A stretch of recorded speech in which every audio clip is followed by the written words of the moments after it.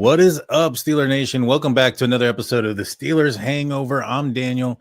Alongside with me, as always, my partner in crime here, Shannon White. Shannon, how are you doing, my man? I'm doing good as I can after watching yet another Steelers performance. It was unbearable, as the title says. Exactly. Unbearable, disappointing from the top down. A lot of stuff has come out since then. You know, there's been talk from schematics by Patrick Queen. A lot of people are now exposing the Pittsburgh Steelers on social media with the all 22 film and footage showing things like the Steelers dropping 10, 12 yards in coverage when it's 3rd and 3. I blame the top. You know, I mean, I've also seen some things where this team appeared defeated in the locker room afterwards, almost similar to like when they went on their 5-game losing streak. Do you think this team is on the verge of packing it in at this point of the season, tied for AFC first place in AFC North, going 2-5 in the last 7 weeks? Do you think that they're starting to pack it in? I said it after the Cincinnati loss. It's over. I mean, the the media is even catching on now. The national media, what we've been talking about for 2 to 3 years. Nothing's going to change. You know, I started going on. I wasn't healthy. Wasn't happy with myself, and I started intermediate fasting. And then I started to, as I lost weight, I started to add calisthenics, and then I added weight training, resistance work, and different stuff, and walking and treadmill, road work, adding more and more stuff. Because I wanted something to change, Daniel. If you want change, you got to make changes. You got to be willing to make sacrifices. You got to be willing to have the courage to try to do something. The intestinal fortitude. If you change nothing, nothing changes. Now, there's a fellow podcaster and fellow colleague of ours that hates it when I say that. But I've said it now for many years. Everybody knows it's kind of my catchphrase when it comes to the Steelers and Mike Tomlin. If you change nothing, nothing changes. And the problem is they've changed a lot. They've changed the general manager. They've changed personnel. They brought in new players every year. But nothing changes really. It's still mediocrity, and it still looks very, very similar. And now they're 1-13 in Chicago all time. On Wednesday night last week, my podcast partners, especially Brother Tate, Kevin Tate, asked me, he said, if the Steelers, what would it take to bring you back to being a believer? And I said it would take a lot, because I don't think they'll ever win another playoff game with Mike Tomlin, ever. And he said, what would it take if they beat Chicago and break the curse you're talking about and then beat Buffalo and Pittsburgh? Would you believe? I said, I guess I would think about it, but more likely they're going to lose 3 games in a row. They're going to lose to Chicago because they can't win there, and they're going to lose the next 2 games because they're playing real teams with real talent and real coaches. They beat teams because they get out of this world performances from defenders, making big plays. Well, the superstars ain't that super anymore, Daniel. They're one of the worst defenses in the whole NFL, but they're the highest paid. You get what you pay for, but they're not. That tells you right there that they're throwing good money at a bad product. And if you say anything, you're not a good fan. Well, I'm sorry, but I don't get to go out and look like crap Sunday and then go home to a supermodel wife in a mansion and, count my money to soothe my wounds. We're fans because we love the Steelers. We get nothing for it. And I think we at least deserve to be able to tell the truth of what is going on. And this is a debacle. This is ridiculous. Any other coach, you look at the difference in Ben Johnson yesterday and Mike Tomlin. And Ben Johnson is an innovative young coach who is turning that Chicago program around. And the Steelers are stuck in mediocrity and they have been forever. And everybody's like, well, are you going to get better than Tomlin? Well, there was a guy right there. You think he wouldn't like to come to Pittsburgh? He wouldn't have considered Pittsburgh? Because, yeah, he would have had to start over. But you have more job security in Pittsburgh than anywhere else in the world. in any other professional sport, there's nobody that matches the job security of being the head coach of the Pittsburgh Steelers. So I'm sorry, but Tomlin, he becomes more entitled and arrogant by the year. He has no desire to be here other than to just show, I've got the cushiest and most secure job in all of the sport. And I'm just done with it, tired of it.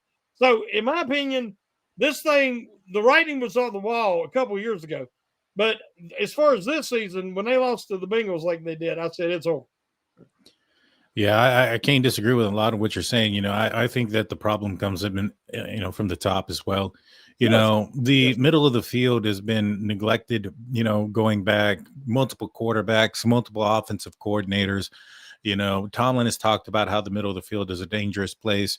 And for a man that claims he doesn't live in his fears, that's what he does. That's where he's created a residence, a compound. He's moved in his family and everybody else in, and they've all just living in their fears at this point. And that's not today's NFL. They were going up against a Bears team that was depleted in the middle. Depleted.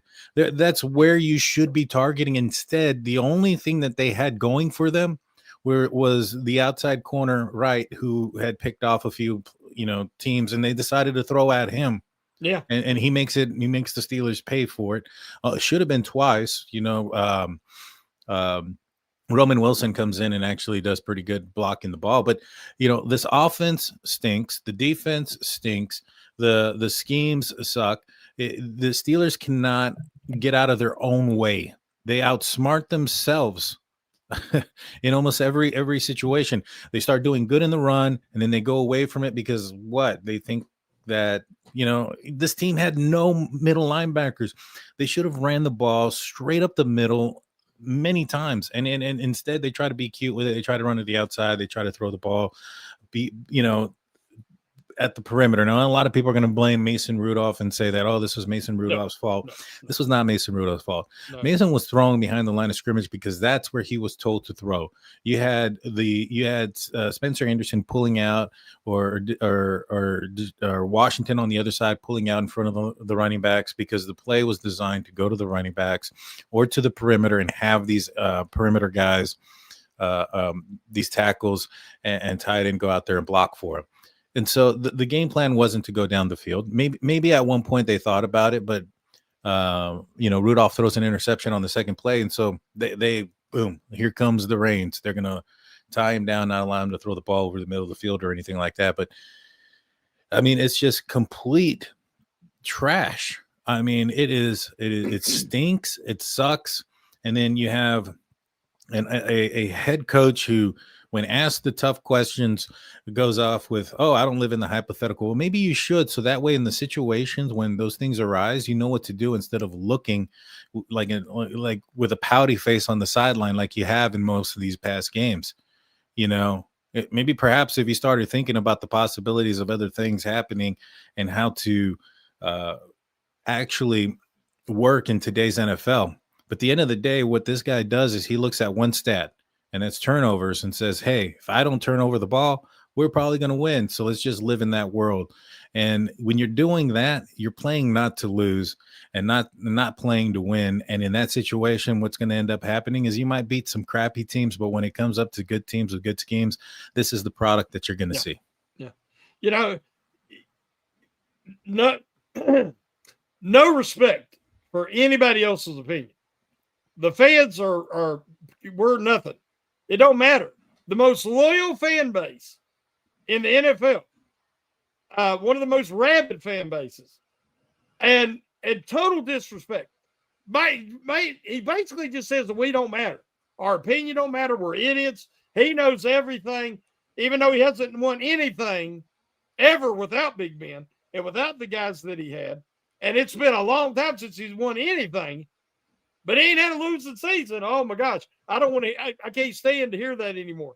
That is the most overblown stat in the history. And they're saying he's a gold jacket, walk in the Hall of Fame. Man, we have cheapened our legacy, Daniel. Mm-hmm. Legacy, winning is legacy. Bringing home the trophies is legacy. There's been legacy Steelers, and that ain't what we got now. I mean, I'm sorry, but they went the month of November and did not complete a pass over 20 air yards. The month of November, not one. I think it's 0 for 11 and 2 interceptions. Now I mean, there's they said Jameis Winston, the incredible journeyman gunslinger playing for the Giants yesterday. He had 5 of those passes. Yeah. I mean, think about it. Think about what we've come from, what we're known for. I grew up with Terry Bradshaw. I grew up with, as I got older, had Ben Roethlisberger. I see what an offense looks like. I was watching the Rams last night, and I'm like, man, it reminds me of Ben back in the day, watching Stafford. Man, what do we got? We can't have it because no matter what quarterback they bring in, they've lost their identity. They have stamped themselves with mediocrity. It's a stench that they can't get out from under. If they can't get away, you can't wash it off. The standard, forget the standard. The standard now is mediocrity. And as long as we can adhere to that, then nobody can even say anything about, it's almost like, he's the king and we can't say anything about him or you're going to the gallows. I mean, this product is not, it's not cutting it. It just isn't. And it's a shame because it makes it, I love this team. I love this franchise, but I dread watching them anymore. It's not fun anymore. We got to come on here and we got to talk. And I'm watching most people is agreeing with what we're saying. And they're it's destroying this franchise because the ownership will not have the balls to do what needs to be done. And you can, even if you change coordinators, the voice, the guy in charge is the same voice, and he's going to bring in the same type. And now if you do that, and you do draft a young quarterback and you start to rebuild this thing, he might get frustrated and walk away. But when they had a chance to trade him, they should have traded him. Well, another thing, you made the decision, whoever. TJ Watt finally broke his brother's record, even though JJ never played for the Steelers. I don't see why anybody cared. But he finally made a play yesterday because the quarterback was an idiot. And he made one play all day. And everybody just kept talking about, look at TJ Watt, look at TJ Watt. That ain't $41 million worth. The Steelers, this is a bad investment. And it's only going to get worse. And that's the kind of decisions a bad team going in the wrong direction makes. No, you're absolutely right. I mean, Mike Tomlin has driven this team into the ground. I mean, since Ben Roethlisberger has retired, the Los Angeles Rams have won a Super Bowl, blown it up, and then are now a contender again. That. Those things can happen when you're run by the right, with the right mindset and you understand today's game.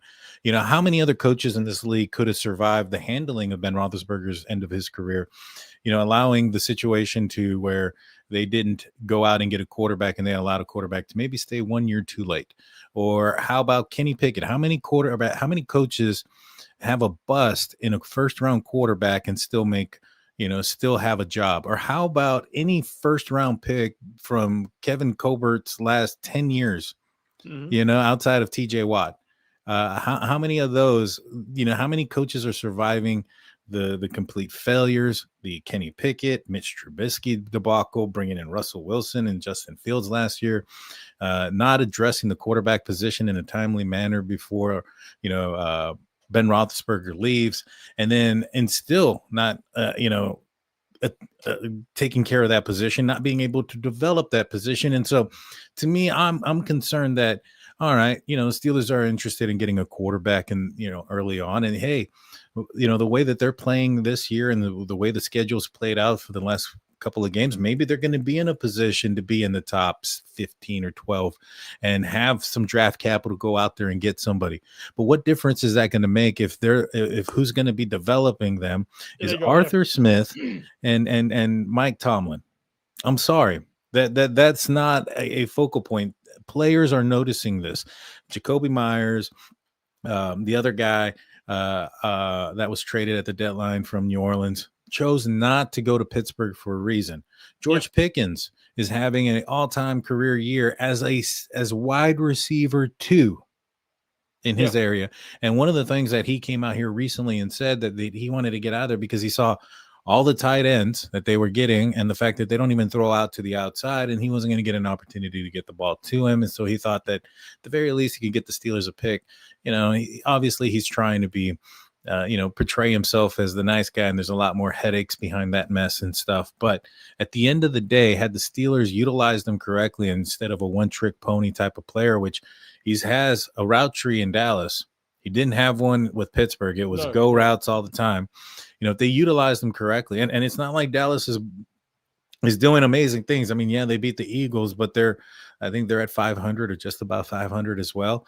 And so, they've been struggling, but you know what? They were playing to his strengths and having him as a part of the team. And you know what? We're not hearing all these headaches out of Dallas that he had when he was in Pittsburgh. And so, how many players, Kevin Dotson, and so many other players that leave and get better at some point, there has to be a correction here. And my biggest fear is that they're going to allow Tomlin to pick another quarterback, and we're going to be in the same situation. He's not going to throw over the middle of the field because Tomlin is scared about it. It's going to become predictable. We'll probably win the first 4 out of 6 games out of the year, make everybody think that we're doing something good. And then once we get figured out and don't adjust, it'll be the same old story that it has been. And just a vicious circle. Yeah, like I said, nothing's going to change. I don't see it until the Rooneys decide to have a serious conversation. And the kind of conversation Tomlin ain't going to like. And I don't think they'll do that. Because, again, legacy, image, that's all that Art's thinking about. He's not really thinking about image, though, and what the standard was and what legacy, true legacy, he has to live up to. He's just like, well, I'm really not that knowledgeable, and I'm going to let Tomlin take care of everything and run everything. But his style is so antiquated and out of date. When I watch other teams now, I don't even recognize NFL football anymore because the Steelers don't play it. They play a style that from the 80s and early 90s. And they went back in time. And I thought, well, for a while there, if they could play clean and Rodgers could develop in this offense, and because they're playing an offense nobody else plays, not even close. And the defense, to be honest, the way they play. But now you realize that their identity is in failure and mediocrity on both sides of the ball. They have no idea how to weigh risk versus reward. They was talking tonight about, okay, according to analytics, they should go for this. According to analytics, Tomlin don't even know what analytics is. I mean, he goes for it less than anybody. And when they do it, they end up screwing something up most of the time. They can't get lined up correctly. I mean, it's just one mistake after another.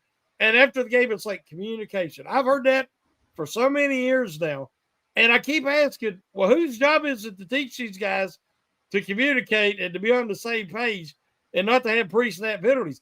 It all goes back to coaching, a lack thereof, a lack of quality, a lack of quantity, a lack of money spent in that aspect.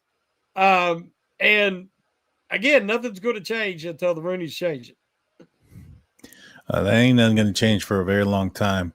I don't know what needs to happen. The fire Tomlin chance maybe needs to start happening in stadium before, people start seeing, or the organization starts seeing that maybe perhaps, even if it isn't Tomlin, but a breath of fresh air is needed.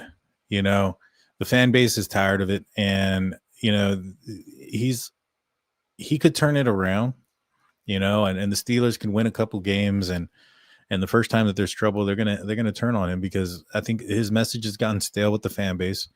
They've gotten frustrated with the results. It's been a consistent lack of aggression, a lack of confidence with this team.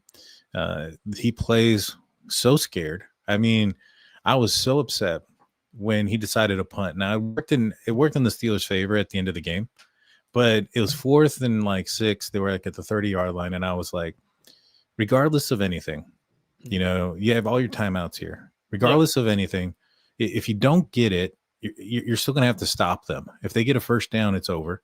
And so if you stop them here and they get a field goal, you're still within a scoring distance, and you've utilized all your timeouts, but you're going to get the ball kicked off to you. Now, if you're able to catch it and you can get some yards there, 30, get to the 30, 35 yard line again, and you'll be all right. You still got to score a touchdown. Mm-hmm. But, to me, when he decided to punt in that moment, I was like, that's it, man. This guy's just too afraid of his own shadow at this point. He's so damn scared of anything and everything. And this isn't how you win. This isn't how you win. This is embarrassing. And the gamble worked out, like I said, because I even put it out there, it's what to those in my living room, which were my dogs and my wife. I was like, even if this works out and let's just say the Steelers win, that just tells you like this guy he just does not have what it takes to, he might get lucky here and there, but it's not what's going to win football games. And sure enough, it didn't. Now, I think that they should have given Boz a chance. It wasn't a windy day apparently, and it was in the 50s. I think that it wasn't too bad for Boz to have tried a 64-yard field goal there. What were your thoughts? I trust Boz more than I trust the offense. I agree. Yeah. I mean, I'd rather tried it than because, like I told my wife, when you keep coming down to these third and these fourth and longs, and all it takes is one guy getting the pile up and in the passing lane and knocking the pass down, and the game's over. And sure enough, about 3 plays later, that's what happened. But it's gotten to the point. He doesn't want to ever open himself up to any criticism because he's very thin-skinned now as he's gotten older, Tomlin. I want to ask the community, I think we've all been there. You ever worked with somebody that got promoted above their capabilities? Yeah. And what are they scared most of getting exposed? Of other people figuring out that they are not qualified to be where they're at. And they try everything and anything to make sure that people don't figure out that they're unqualified and they've been promoted above their capabilities. And I think we see that. I want to ask you this. What is this team good at? I mean, particularly as a coach, what is Tomlin actually good at? I mean, in game, in the game planning, process. Now, like during the combine and meeting with the players and all that stuff, I mean, they love him. I mean, he's beloved. But when it comes to actual coaching, the X's and O's, the schematics, the using your challenge flags, your timeouts, time management, personnel management, any of that stuff. You tell me what he excels at, because I'm sorry, I don't see it. Yeah, you're right. I think that at some point or at one point, a lot of people looked at his defense as being something, and that something to be feared, that he's taken over the defensive calls at certain points, and he's the one that pulled out this win or that win. But you're right. I mean, when it comes to Tomlin, his philosophy's become old. I mean, he's got the smallest coaching staff in the league, and they can't work on things. That's why they need an extended period of time before they can make an adjustment, because they don't have the personnel to understand, to recognize, because they're doing so many things. They're trying to prepare for the next opponent, and they can't really be looking at the past and try to figure out what's going on until they have a week off. Then they can reflect on themselves and see who's been playing well, who hasn't. And it's just not, it would be successful maybe in college football, but not in the pros. Not in the pros, where you have staff that are constantly looking at things, tendencies, and things of that nature. And then even at that, Hard Knocks brought up some interesting things last year about Tomlin, and he's a raw guy, but there was times where he's pulling up film from like years before and talking about what they were doing then. And I'm like, that's, the NFL's not even played the same anymore, man. No. Like, no. And so it's frustrating that he lives in the past and that he just doesn't see the writing on the wall. Like, I think he would be the person that could, overrule, for instance, the personnel issues that I think the Steelers have, where they're utilizing, it looks exactly what it looked like with Arthur Smith in Atlanta and anywhere else. And even at that, Arthur Smith has made a name for himself because he had Derrick Henry at his prime. That got him a coaching position and has him a position here as an offensive coordinator. Because outside of Derrick Henry, what has he done? He's shown that he doesn't utilize the personnel, to my liking, at least. I'm sure there's a lot of people who don't like it, including mainstream media. And, it's an old school way of playing football that is predictable. And unless you have a Derrick Henry on your team and you're going to force the defenses to put 8, 9, 10 people in the box and still be successful at running the ball with them because nobody can take them down, you're not going to be successful with that type of offense being that predictable. It's just not going to work. It's like we got to bring in some old guy. Anytime we look at a free agent that might be 2 years past where we should have went after him, we got to bring him in because they've already learned, they already know the NFL game, and that means we don't have to develop them because the Steelers cannot develop young talent. You get a guy and he'll flash, and then he gets quickly exposed because teams figure out what he does well, and then they take that away. And then we get a guy that is great, let's say a Cam Hayward, a TJ Watt, and we're going to hang on to him and ride him, till they have nothing left to give because we can't develop another one. We just got lucky. And if you look back at the last over a decade of drafts, it's pretty bad. And so, not counting the last 3 years, I think we're starting to see some young guys come in, but I'm telling you, they're not developing as fast as I think they should because Joey Porter Jr. has everything that you need to be a top corner, but he still don't trust his game. He don't trust his technique. And he hasn't gotten past the grabbiness and the reaching out at the last second. And that goes into coaching and development. And the other guys they bring in are past their prime because, again, let's just cover up the fact that we're not developing anybody and we're incapable, and we've actually have been promoted ahead of our capabilities. And I'm starting to believe that's where we're at. But like I said a while back, and I'll continue to say it. I don't think they'll ever win another playoff game under Mike Tomlin. And then I will gladly, openly admit that I am wrong and come back, everybody, if he ever does it, and I'll eat my humble pie. And yes, I was wrong. And I've been wrong before, but I don't think I'm wrong on this one. Yeah, I don't think so either. In playoff games or playoff atmosphere, Tomlin kind of buckles, and these next few games are going to have playoff feel to it. So we're going to get to see that for sure. Well, let's take a quick break. When we get back, we can talk more about this inept offense and defense and team in general, and what could have gone right, what do they need to do, and so much more. Don't go anywhere. We'll be right back after a few words from our sponsors.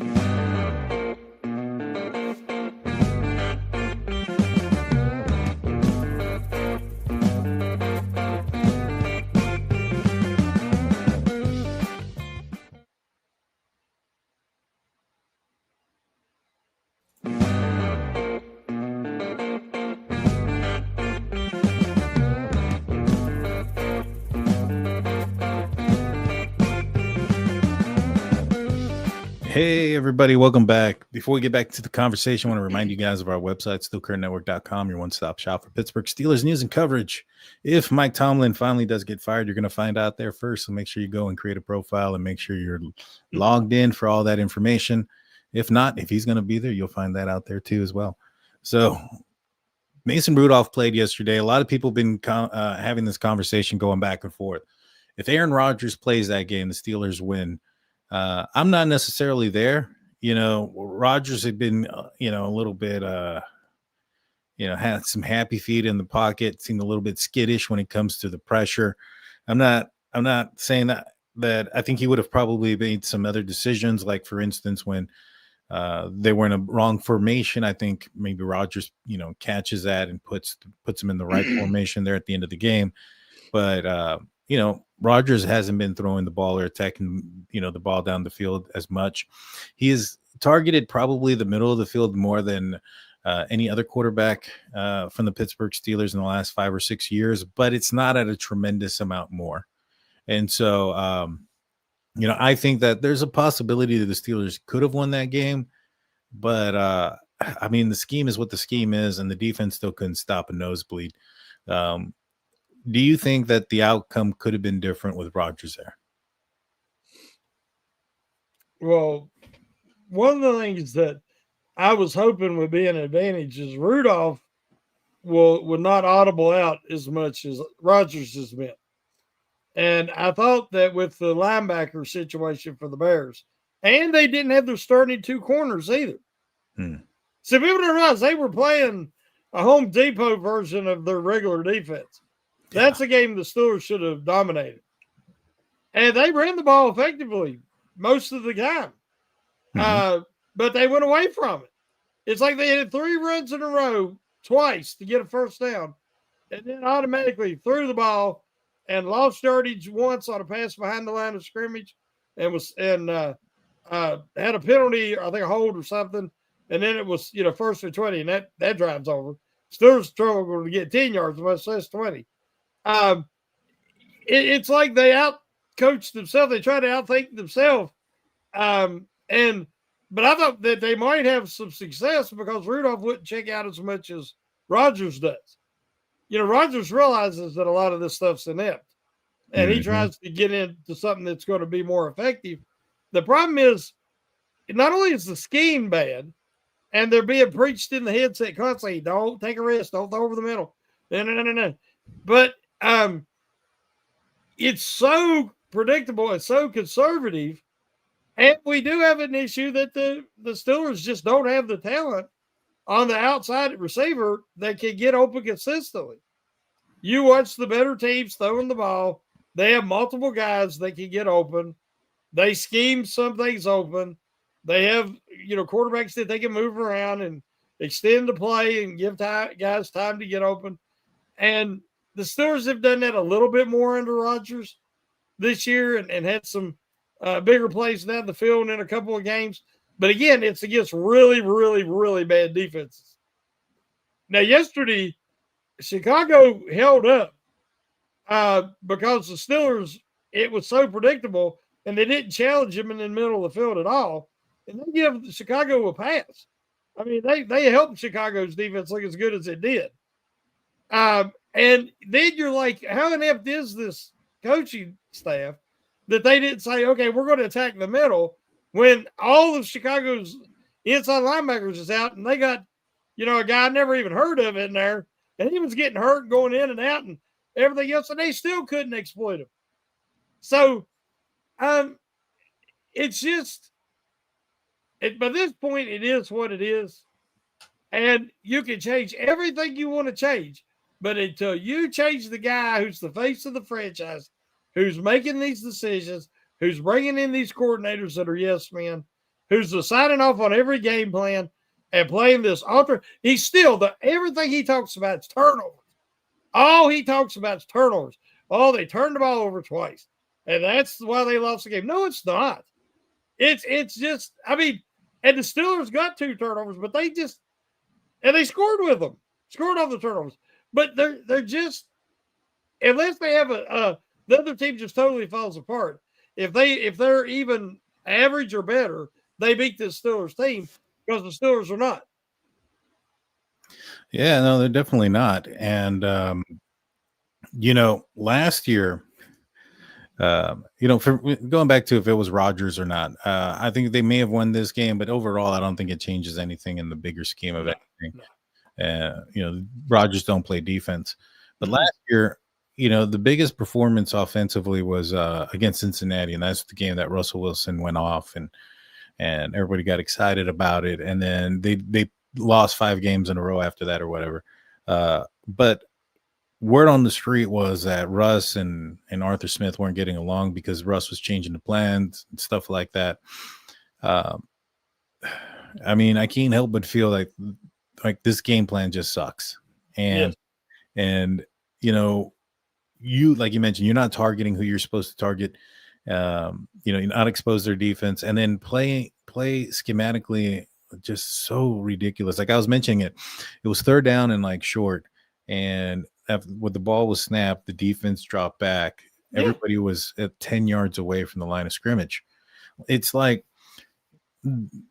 the only team that would be dumb enough to throw deep on 3rd and 2 is the Steelers. Yeah. So it's like they're playing like, oh, what would we do in this situation? We'd probably throw it really, really deep when we don't need to. You get what I'm saying? And so that's they're playing teams the way they think they're going to do things, and it's just so frustrating. And there are players that are already calling it out. Patrick Quinn was pissed off yesterday, and he mentioned something about the schematics. Jalen Ramsey wasn't pleased. You got Super Bowl winning players as well, like Aaron Rodgers and Jalen Ramsey. Do you think that those guys realistically look at this team and say that they have a chance? No, I think they both wish they hadn't come to Pittsburgh. But I mean, now Ramsey had no choice. He was traded. Yeah. Now, Rodgers, that's a different situation. But I think Ramsey, he wants to move to safety full time. And he's going to be around longer than this year if he wants to. He might decide, I'm going to retire. I don't know. He might try to force his way out. But, I mean, when you see how inept this situation is, we talk about halftime adjustments. I'll look at, on X around halftime and see people posting, boy, these halftime adjustments are going to be big. I'm like, Tomlin has no clue what halftime adjustment is. He says, we are who we are, and this is the game plan. This is what we're going to do. Now, I watch other teams adjust in drive, not in quarter, in each individual drive. Now, you say, what do you mean? Well, before the game, they have a game plan in place. All right, and here's the game plan. If Harrison is out there playing middle linebacker on early downs, they target him by throwing it. And they complete most. I think it was 80% so far. They complete, against him. Now, if you bring in Wilson, guess what they do? They run at him. They make these changes immediately. Slay comes in the game. Guess who they target? They throw at Slay. You know why? Because these guys always open. Big play Slay means give up big play Slay. But teams adjust on the move. The quarterback standing there, he's like, okay, there's Slay. They used to do that with William Gay. I don't know if you remember that. Yeah. Before Gay left and went to Arizona and come back, his last year at Pittsburgh was so bad that every team targeted him if he was out there. I remember that. Now they're doing that with Slay. If Harrison's out there, they attack him. Guess who they used to do that to? Remember Robert Spillane? Mm-hmm. Now, Spillane's a lot better player now. But at first, his big weakness was coverage. And if he was in the game, they threw at him. Teams do that all the time. Why can't ours? Why is our offensive coordinator and our quarterbacks incapable of changing the play, changing the attack, each play, each series, depending on the personnel on the field? A lot of teams have 2 and 3 plays ready that they can change to when they get to the line of scrimmage to attack other teams' weaknesses. But as soon as the Steelers try to make a change, guess what happens? A bad, a false start, a hold. They can't complete the pass because the miscommunication, the receiver does an out and he throws an in. And then what do they talk about after the game? Communication. Okay, again, we're back to coaching. It all comes down to coaching. This team is not prepared, and they haven't been prepared for years. And it's because of it with the head coach. It's because of both coordinators, and they have the smallest and cheapest coaching staff in the NFL. And then wonder why they have communication issues.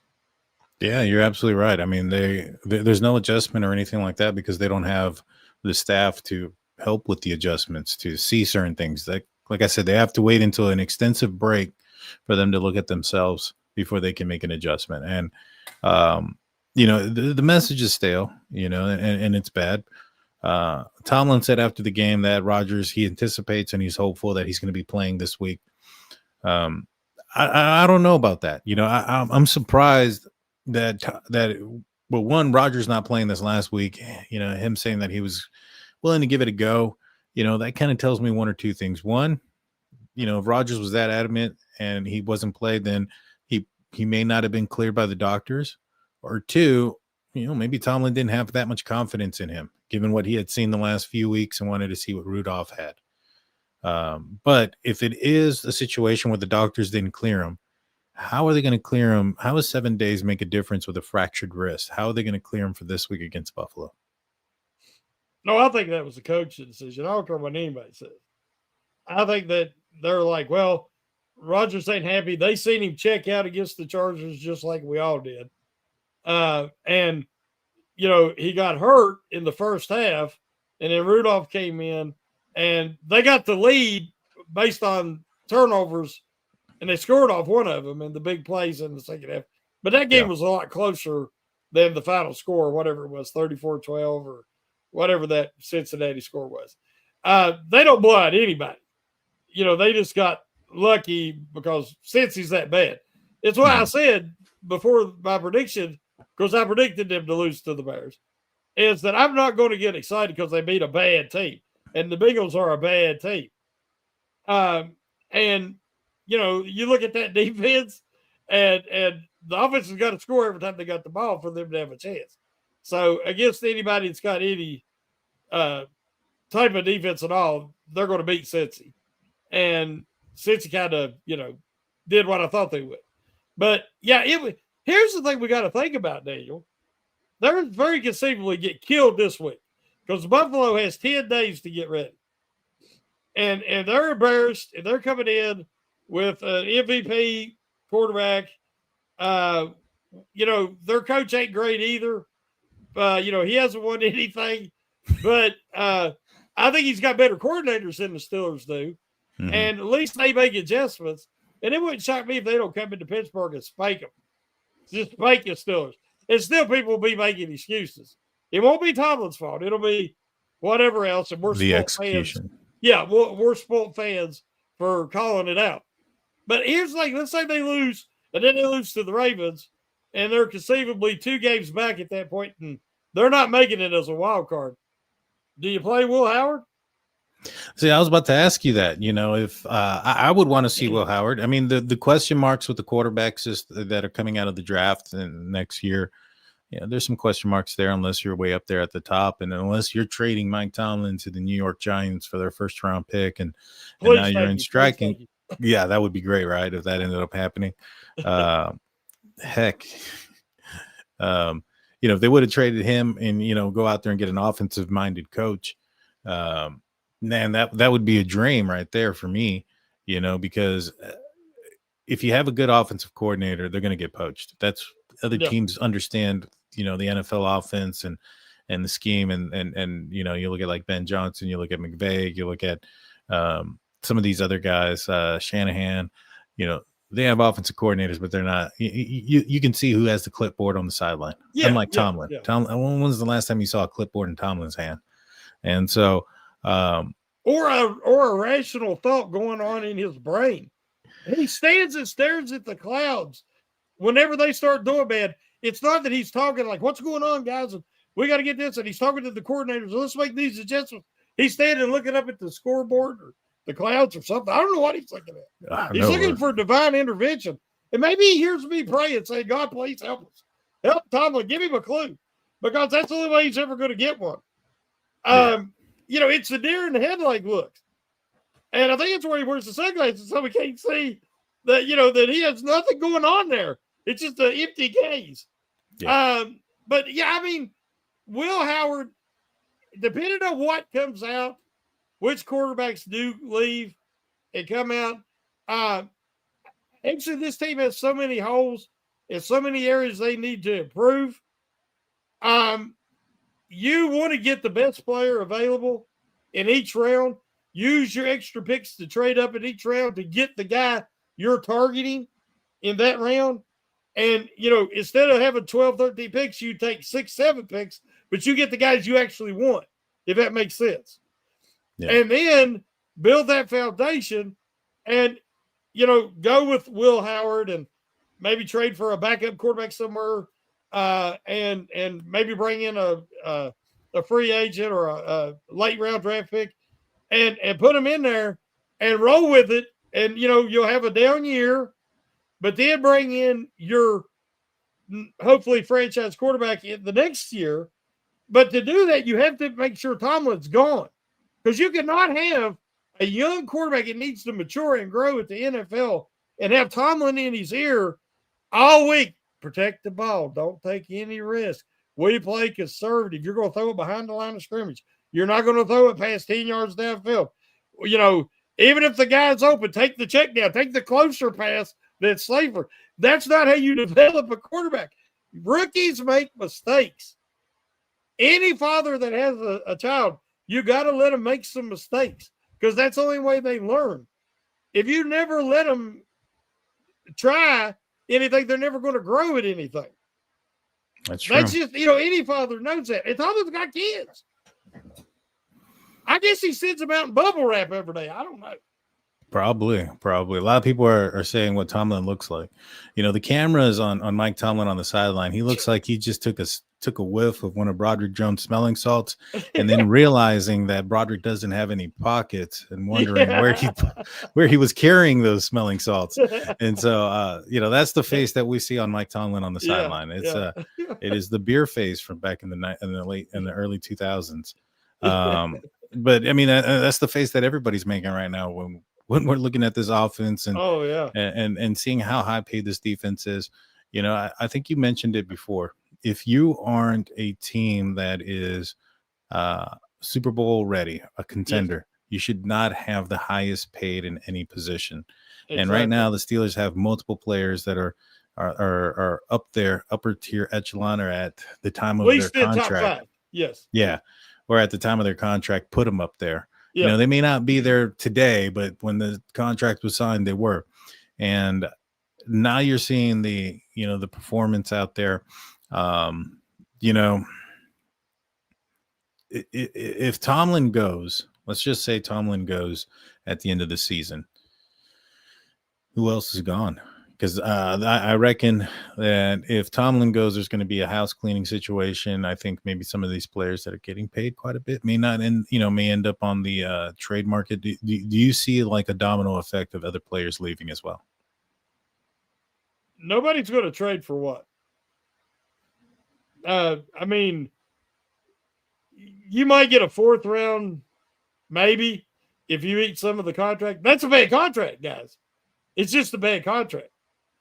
I mean, it's like you watch the guy for the Hendrickson for the Bengals or Crosby for the Raiders, and you've got guys that want to be paid like what that are on bad defenses on bad teams, and they don't get that contract because even though they're really good and effective, you don't give that kind of money when you're that bad a team. You got to have to improve, and you need your money to bring in and rebuild. Well, now the Steelers are in a total rebuild situation. They went in 1 year. I give them credit. They brought in a lot of 1 year guys, and after this year, there's a lot of guys coming off the books. Mm-hmm. And it's a rebuild whether they want it or not. The problem is that some of their worst contracts, and the worst one is what? And now, I mean, they had an opportunity. They could have traded him and got good return. But everybody's like, no, legacy Steeler, one of the all-time greats. And I'm like, what has he ever done? What has he ever won? It doesn't matter. Individual awards, that's great, but it don't mean anything unless you got hardware to go with it. And now they're in a situation that, you got a bad contract. He has never lived up to it. The reason J.J. Watt, that TJ just passed his sack record, is they're the same type player. They give 110 every play. They have to. They're really good athletes. They're really good, but they're great players. But you can only do that for so long. And you start getting over 30, you start getting near 10 years in the NFL, your body starts breaking down because you're not getting by on freakish athleticism, God-given. You're getting by on this incredible work ethic, incredible effort, pushing your body to the limit over and over. And you know what happens? As you get older, you get injuries. And these nagging injuries take away. I remember JJ his last few years. You know, he moved around. He'd still have a big game or a big play, right? But it wasn't sustained. It wasn't a great season. It was 2 or 3 good games in a season. And that's what we're getting out of Watt. It'll be a big play here, a big play there. And the rest of the time, he's invisible. And I'll tell you another one. It's something everybody needs to think about. And I love Alex Highsmith. But Alex Highsmith has pushed his body to its limit to be a productive player in the NFL. He has to. His work ethic, his conditioning, everything is top of the line.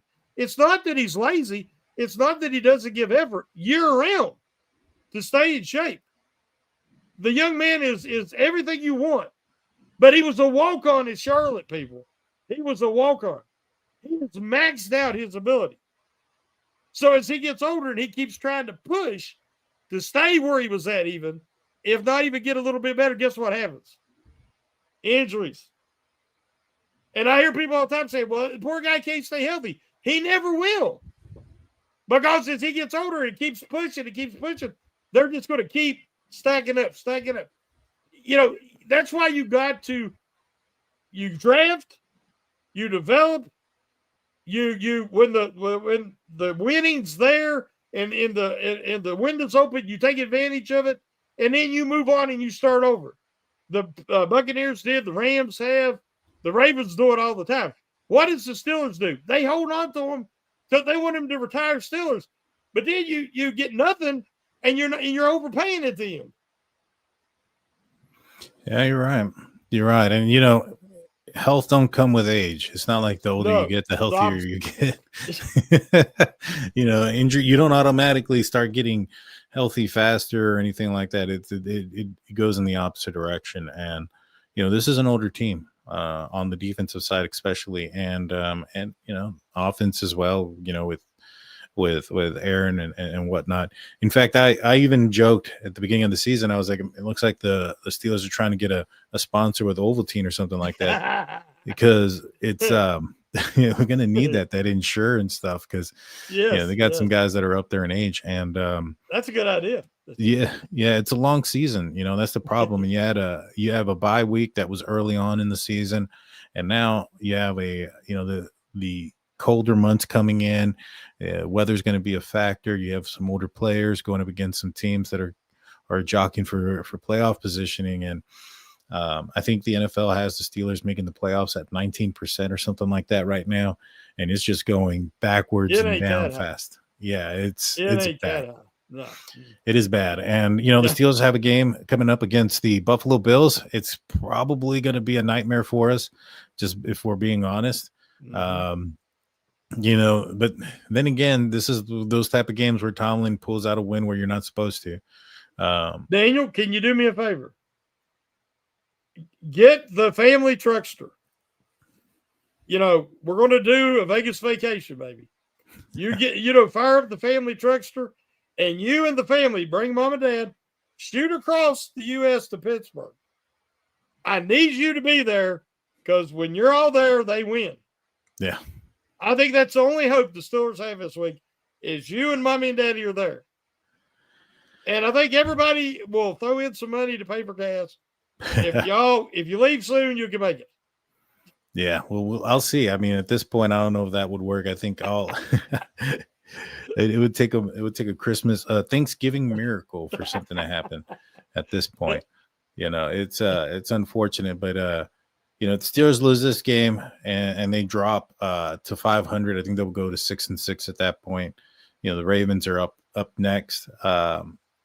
You know, this team can easily be a team that only wins 7 games this year. I would not be surprised. I can see it. Yes. that either the Browns or Miami be a team that they beat. Maybe they beat both of those two teams, but the other ones, man. But then again, they're on par. They're on par for 9-8. This is the Steelers got them right where they want them at 9-8. And so, what do you got going on the rest of the week there, Shannon?